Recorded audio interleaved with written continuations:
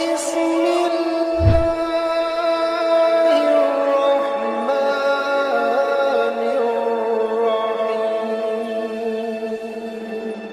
السلام علیکم ورحمۃ اللہ وبرکاتہ۔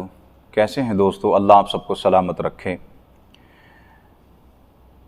ایک سوال آیا ہے ہمارے پاس کہ کیا حیض و نفاس والی عورت کا نیاز یا کھانا پکانا اور اس کے ساتھ بیٹھ کر کھانے کا کیا حکم ہے؟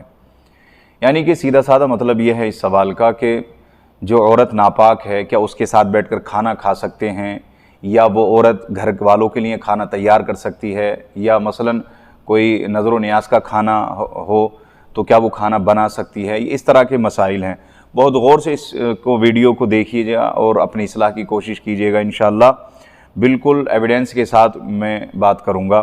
تو پہلی بات تو یہ اچھے سے آپ سمجھ لیں کہ حیض و نفاس کی حالت میں عورت کے ساتھ بیٹھ کر یا ایک ہی برتن میں کھانا کیسا ہے، یہ سوال ہے۔ نیز عورت کا اس حالت میں کھانا پکانا، نیاز پکانا اور اس کے ہاتھ کا پکا ہوا کھانا کیسا ہے، یہ سوال کیا ہے۔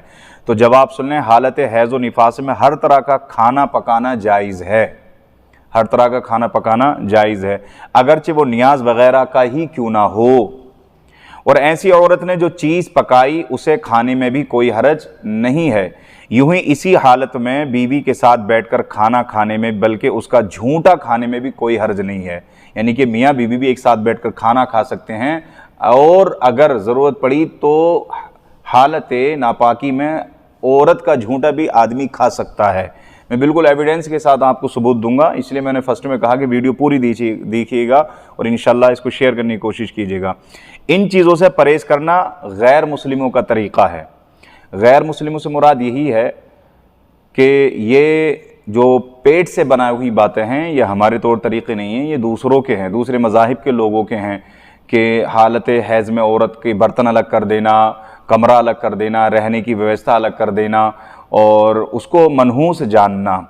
یہ الحمدللہ اسلام کے اندر یہ تمام باتیں نہیں ہیں، اور اگر کوئی اس طرح کی باتیں کر رہا ہے تو اس کا مطلب یہ ہے کہ وہ پورا اسلام میں داخل نہیں ہوا ہے، کیونکہ اسلام حضور کے بتائے ہوئے راستے کا نام ہے، حضور کی تعلیم کا نام ہے۔ حضور صلی اللہ علیہ وسلم نے ایسے رسم و رواج کو بالکل جڑ سے ختم کیا ہے۔ میں انشاءاللہ آپ کو بتانے والا ہوں۔ یاد رکھیے آقا کریم صلی اللہ علیہ وسلم نے اس طرح کے رسم و رواج کو بالکل جڑ سے ختم کیا ہے، جیسا میں نے ابھی کیا ہے۔ اب اس حدیث کو آپ سنیں اور دیکھیں تو انشاءاللہ آپ کی اصلاح ہو جائے گی کہ حضرت انس بن مالک فرماتے ہیں کہ یہودیوں میں، کس میں؟ یہودیوں میں جب کسی عورت کو حیض آتا، میں نے اگلی ویڈیو میں بتایا تھا حیض کا مطلب کیا ہوتا ہے۔ حیض کا مطلب یہ ہوتا ہے جب عورت کو ماہواری ہوتی ہے، یعنی کہ مہینے میں پیریڈز جس کو ہم انگلش میں بولتے ہیں، اس کو حیض کہتے ہیں۔ تو حضرت انس بن مالک فرماتے ہیں کہ یہودیوں میں جب کسی عورت کو حیض آتا تو اسے نہ تو اپنے ساتھ کھانا کھلاتے اور نہ اپنے ساتھ گھروں میں رکھتے۔ صحابہ اکرام علیہم الرضوان نے حضور نبی کریم سے سوال کیا، اس پر اللہ تبارک و تعالیٰ نے یہ آیت کریمہ نازل فرمائی جو میں نے اسٹارٹنگ میں پڑھی تھی، وَيَسْأَلُونَكَ عَنِ الْمَحِيضِ۔ تو رسول اللہ صلی اللہ علیہ وسلم نے ارشاد فرمایا کہ جماع کے سوا، جماع مس بولتے ہیں میاں بیوی کے ریلیشن شپ کو، کہ جماع کے علاوہ ہر شے کرو۔ اور حضرت عائشہ صدیقہ رضی اللہ تعالی عنہا سے روایت ہے، آپ فرماتی ہیں کہ حیض کے زمانے میں پانی پیتی تھی۔ ظاہر سی بات ہے، پانی عموماً پیتی ہیں سب، تو حضرت عائشہ اس حدیث کو کوٹ کرتی ہیں اور فرماتی ہیں میں حیض کے زمانے میں پانی پیتی، پھر حضور اقدس صلی اللہ علیہ وسلم کو دے دیتی، یعنی کہ جو بچ جاتا تھا پانی، تو جس جگہ میرا منہ لگا ہوتا تھا گلاس میں، جہاں سے حضرت عائشہ پیتی تھیں، جس جگہ منہ لگتا تھا، وہ فرماتی ہیں حضرت عائشہ کہ جس جگہ میرا منہ لگا ہوتا تھا وہیں اپنا منہ مبارک رکھ کر پیتے۔ کون؟ آقا کریم صلی اللہ علیہ وسلم۔ حالت حیض میں تھی حضرت عائشہ، اور حضرت عائشہ کون ہیں؟ حضور کی بیوی ہیں، شریک حیات ہیں، آپ ام المؤمنین ہیں، ہماری ماں ہیں۔